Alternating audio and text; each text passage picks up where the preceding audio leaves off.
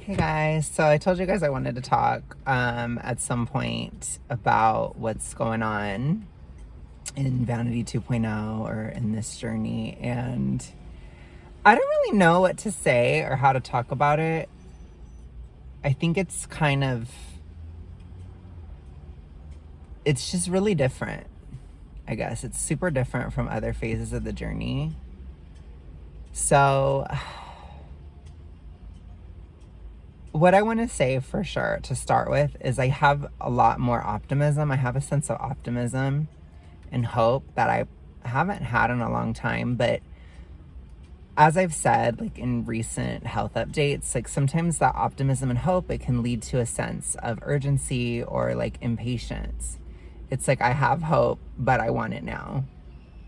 I have dreams. I want them now. I don't want to wait anymore.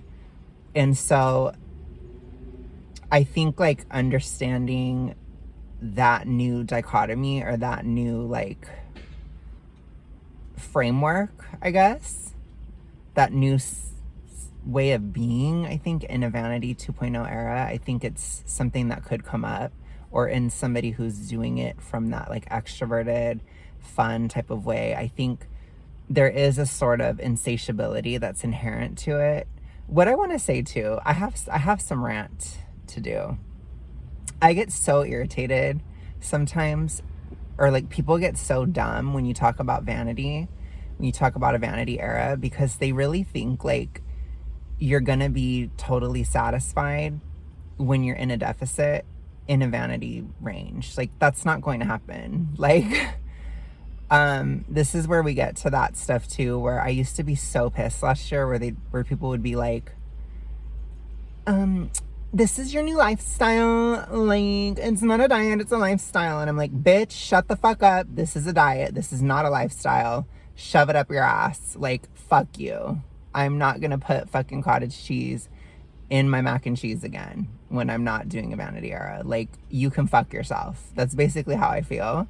Because I'm like, no, this is not a lifestyle. This is a diet, period. Because I'm not trying to downsize perpetually forever. Because I don't have an E followed by the letter D. So why the fuck would I do that? But I think that's where you get into like people within the reductive. Like when you talk vanity, they start saying weird shit like that. I just want you guys to be aware of that. And I guess I want to give a little bit of framework too, where it's like, we need to understand like when you're in a vanity way era, so when you're at this point in the journey, you have like this sense of spiritual fasting. Your body views it differently. It's really hard to explain unless if you've been here. So I'm trying to explain it to people that are like really big, who have never been like not overweight or haven't been not overweight forever. But your brain thinks differently. And so you need to make these decisions before you go into a vanity era. So like from a place of maintenance, essentially. So you decide when you're at a maintenance point what you're gonna do, and then you implement it. You don't change it as you're doing it in a vanity era. I don't really suggest that, because I've had certain temptations where I'm like, maybe I should just do a Lana era again. Like maybe I should just go back to 2 pounds per week, and maybe I should just this, and maybe I should just that. And it's like, no, baby. That's not what you planned on. You stick to what you planned on when you were in that super lucid maintenance phase. So I think people think it's not that I think it's dangerous in vanity. It's just, I'm not coming at this from like an E followed by a letter D perspective. I'm coming at it more from a success perspective. I want you to succeed at it if you're going to pursue it. I don't want you to waffle and weight cycle and do this kind of stuff if you're doing vanity. I'm very much a one and done person. So it's more about like, if you decided this before you went into it, your approach, you should stick to it. Because again, this is not about your health. This is not a health phase. So there isn't this sense of urgency, and there shouldn't be one, because it doesn't matter. Why? Because it's just vanity. So it doesn't matter that much. Sorry, not sorry. I don't give a fuck if that triggers somebody in the reductive. It doesn't matter, period. This is just looks. It doesn't matter that much. So I always tell people, like, have a date. Do not base it on the scale, base it on dates.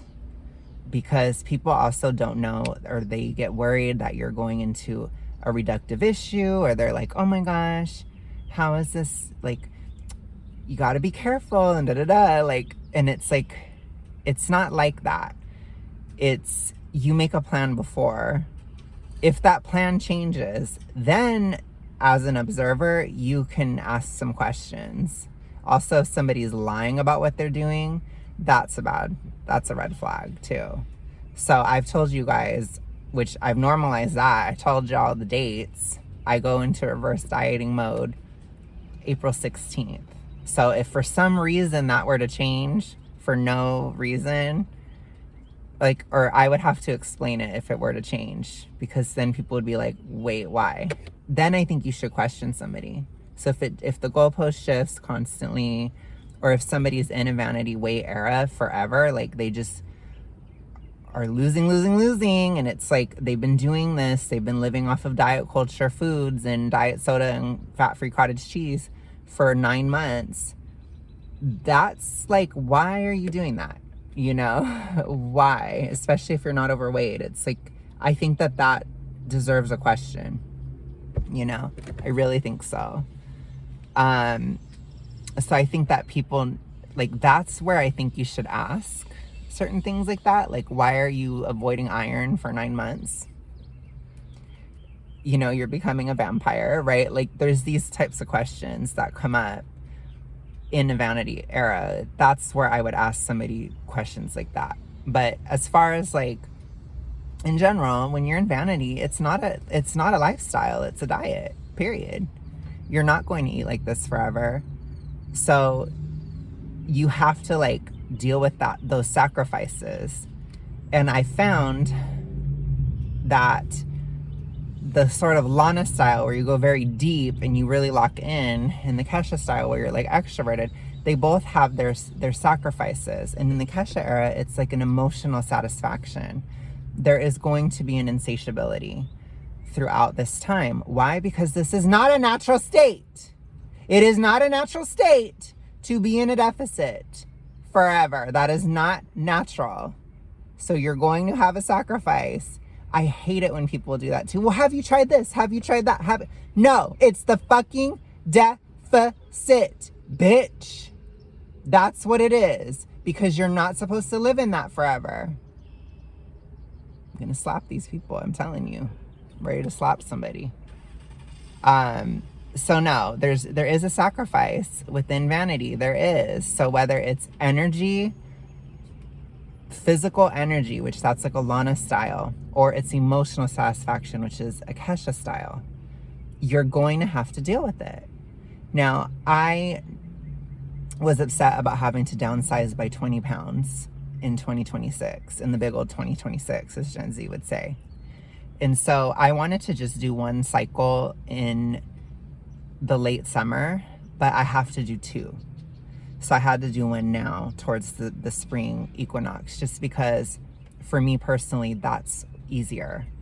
And because that had to kill some of my darlings, you know? So Easter's coming up and I'm getting a little bit of holiday anxiety. Where I'm like, oh my gosh, like I'm not gonna be able to have everything. And like, and I'm getting all weird. And I'm just like, oh my God, Alex, shut the fuck up. Shut the fuck up, Alex. I literally this morning, I had a pack of chocolate. Like there are these like alter ego chocolates. They were on sale at Publix. So I had 10 truffles in bed for like 700, I can't even say, it's fucking YouTube. And I'm still like, so it's like, bitch. Like, I get it. I have to literally like talk to myself sometimes. And it's like, okay, Alex, I get it. But you're trying to downsize, sweetie. Like, boo-hoo. Cry a river, right? But it's still, Easter's coming up, and I'm like, oh my gosh, I don't know. And I'm like, I really feel that way. I really do. I do. I feel it.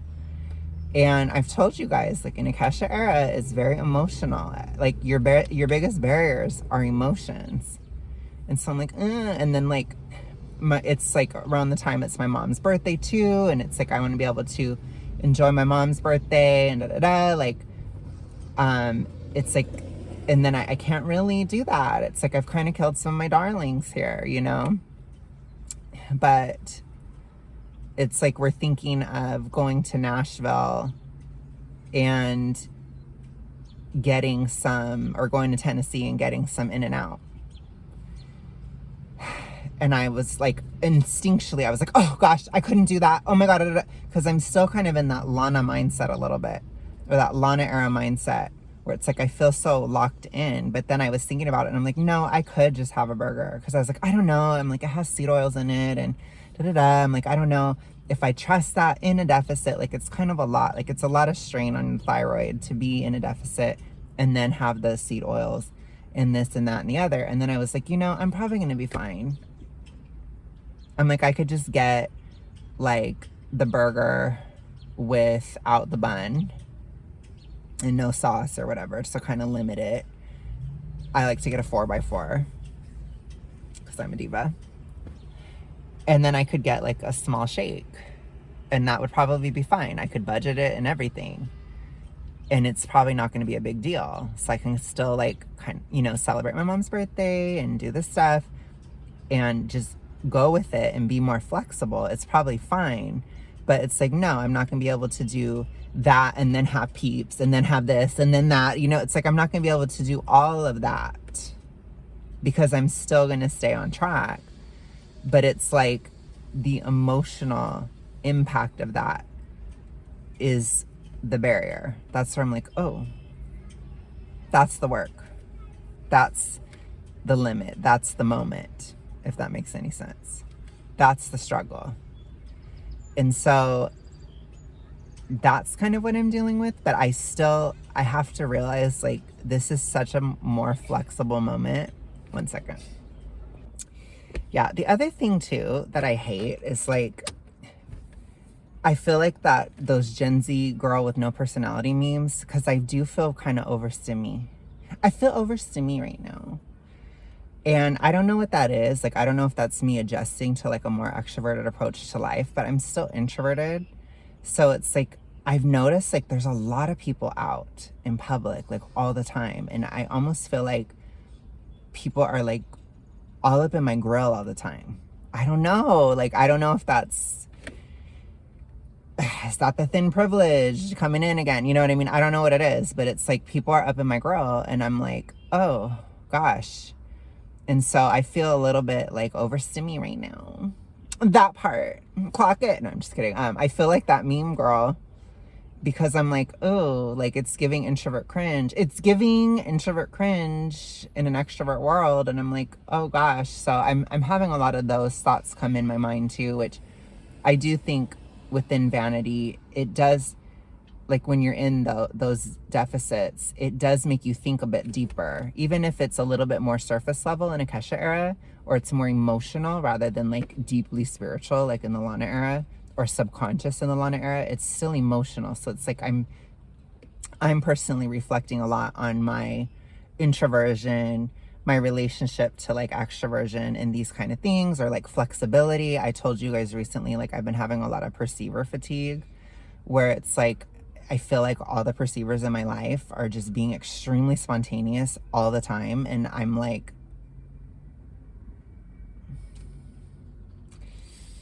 I'm like, that's not, I can't deal that much. Like I'm dealing with it, but it's a lot. It's a lot of spontaneity. And I'm like, I'm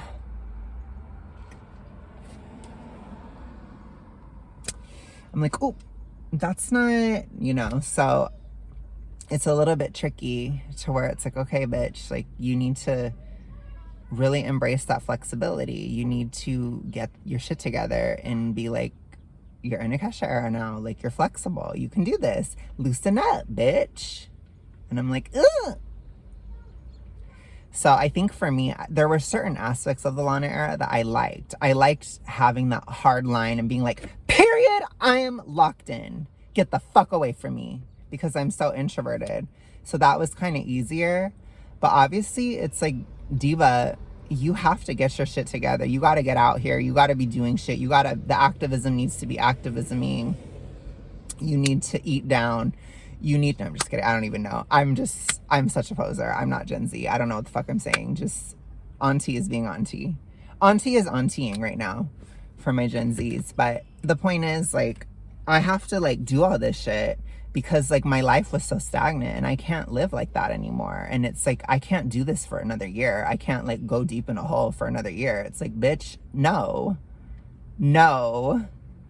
So that's where this Kesha era works. But it's like, you have to, for me, I'm struggling with that flexibility, or like, I have to embrace constant change and constant this and that, and like kind of learn things from the perceivers in my life and learn things from the extroverts in my life and that kind of stuff, because you have to be able to roll with the punches.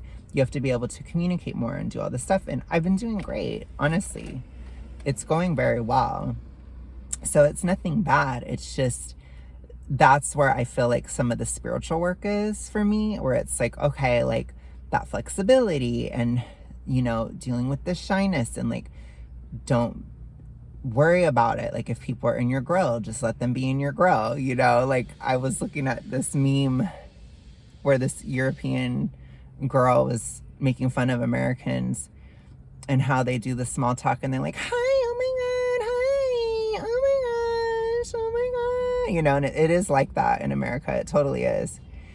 And it's like, I need to not judge that.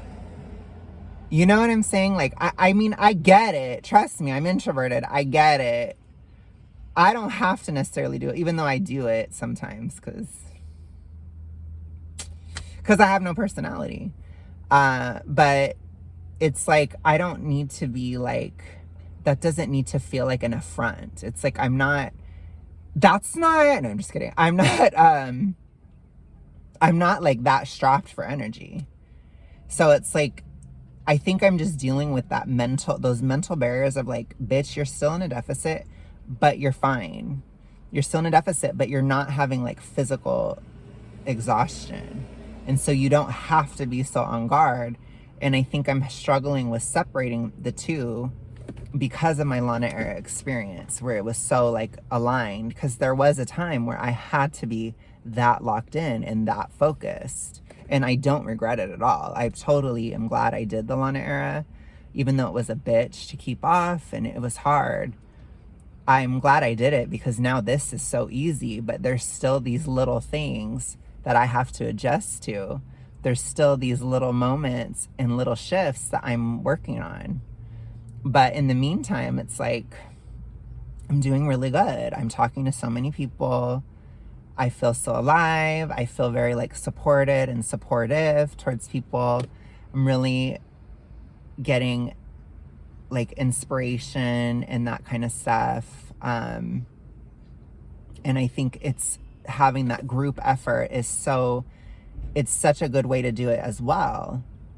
And then in the Kesha era, or like with that approach to Vanity, you get motivated and you feel excited about seeing progress. And I'm at that point in my journey where I can see like, oh my gosh, my leg muscles are coming back and this is happening and that's happening. Like, I'm looking better, and you can feel like more sexy. You know, it's kind of like the Lana era, your motivation is very third eye chakra. It's very like the future. My eye is set on the future. My eye is set on the date, on the end goal. The Kesha era, it's like my eye is set on the progress and feel it's more sacral. So it's like my eyes are set on the progress I'm making and the sexiness I feel within that, and people noticing and that kind of stuff. It's like, it's more extroverted. And of course there has to be a balance to it. But the balance is, I acknowledge that a deficit is not a normal state of being, and it's annoying, and I complain all the time because I don't lie about it. I think when people lie about it and they try to be like, a deficit is so amazing and da da da da, I'm like, That's not, to me, I'm like, I don't think it is actually. Dead ass. It's not. That's not. So that's where I'm like, but I think people, they just, when it comes to fitness and stuff, there's just so many lies. There's so much lying.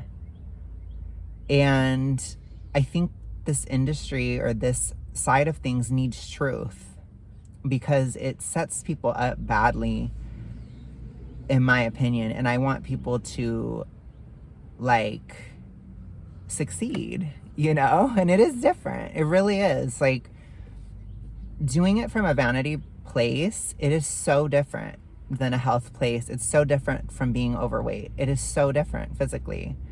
A lot of your barriers when you're overweight, they're physical health barriers. It's stuff like that. Whereas like in vanity, it's energy and it's emotions.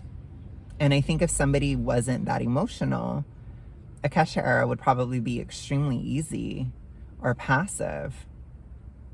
Except for maybe like people just asking you to go out to eat all the time and stuff like that. It's where you have like those kind of extrovert barriers where it's a lot and you have to still find a balance or still have a bit of that boundary or still make certain sacrifices in the moment or that kind of thing. Like, oh, I'm not going to drink tonight, or, like you have to kind of do stuff like that or have a little bit of diet culture sprinkled in, or, like for me, I'm still trying to get the gains. So it's like I had to put the cottage cheese into the mac and cheese. And it worked. It was satisfying as mixing the diet culture with the non-diet culture.